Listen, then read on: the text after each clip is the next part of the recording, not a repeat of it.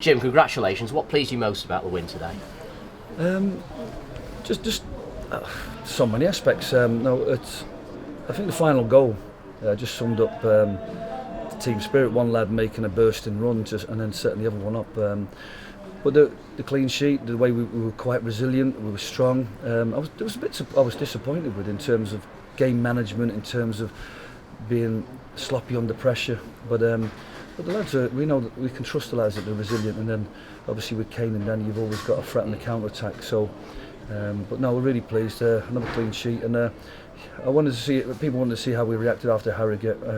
We should really be sat on 5 league wins with 5 clean sheets, and it's a nice feeling. I've had it in the past, and it's a nice feeling to have now as a centre half. But no, it's great. I mean, everybody worked hard, and it's a tough place to come. It's a long journey.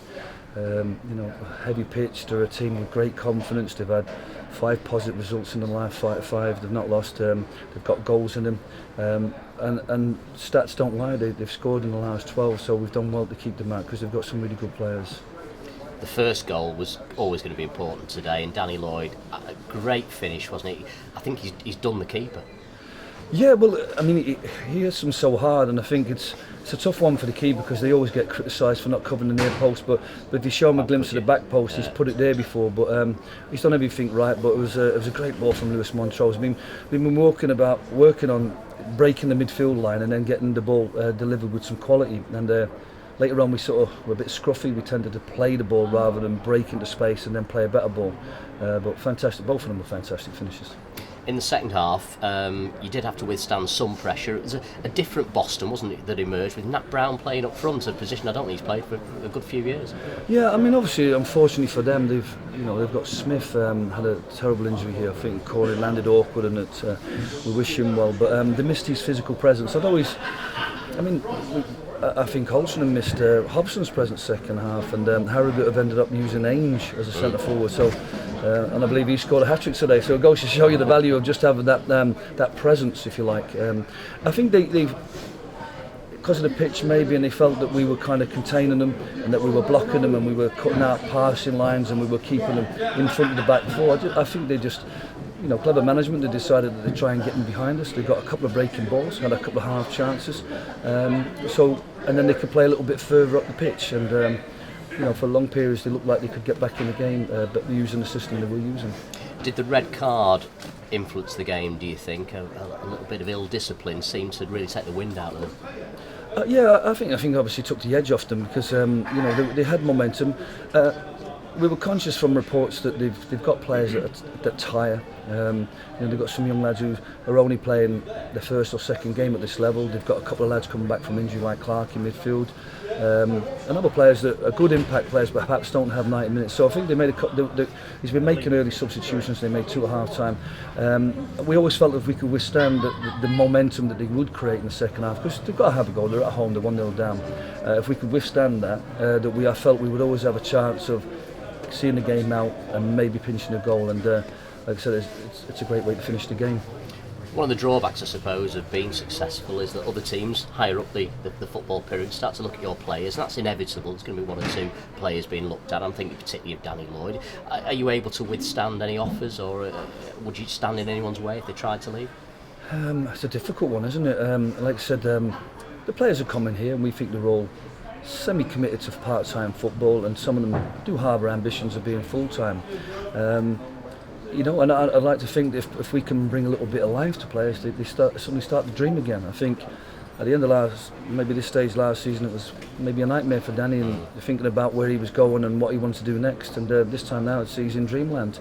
So yeah, it's going to be difficult because we had this problem at Northwich. We had players that at the end of a good cup run and a fantastic league run went full time from that level, and that's tremendous. I mean, and it's another measure of success, whether it be manager of the month, playoffs, promotion, getting players to where they want to be, their promised land, which is full-time football, is a measure of our success.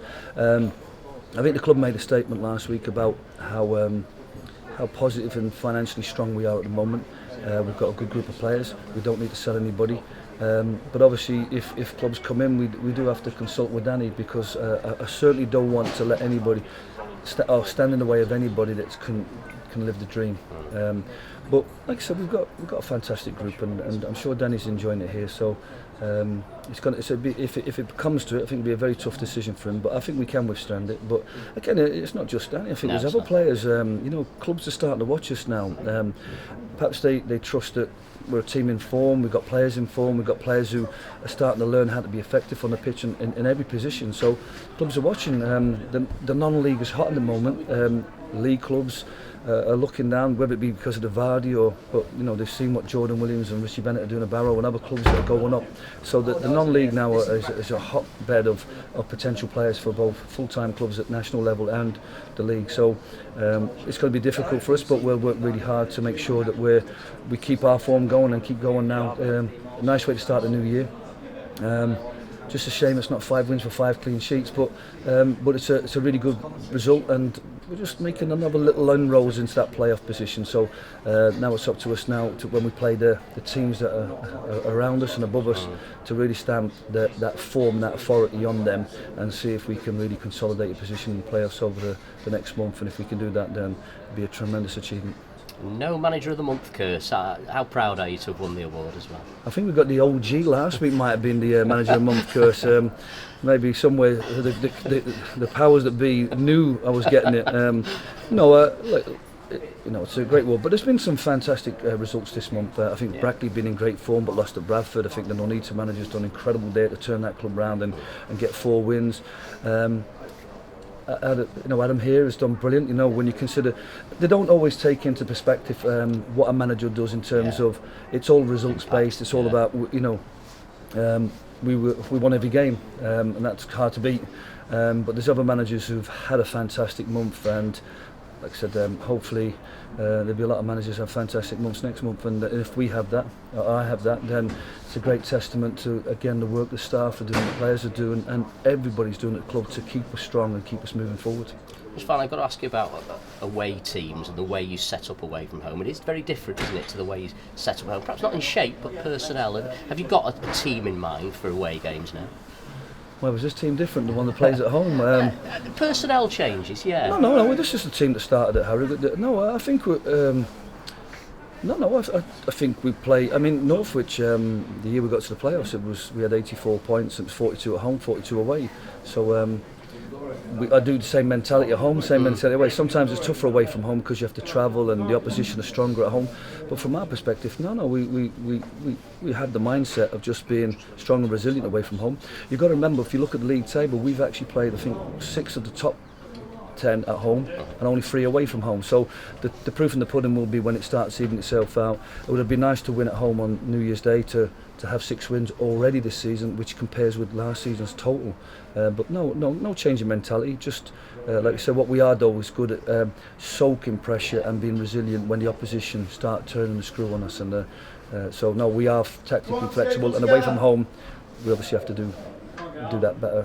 But get the early goal and push on. So it's a great win today. Manager of the Month as well. Well done. Thanks so much.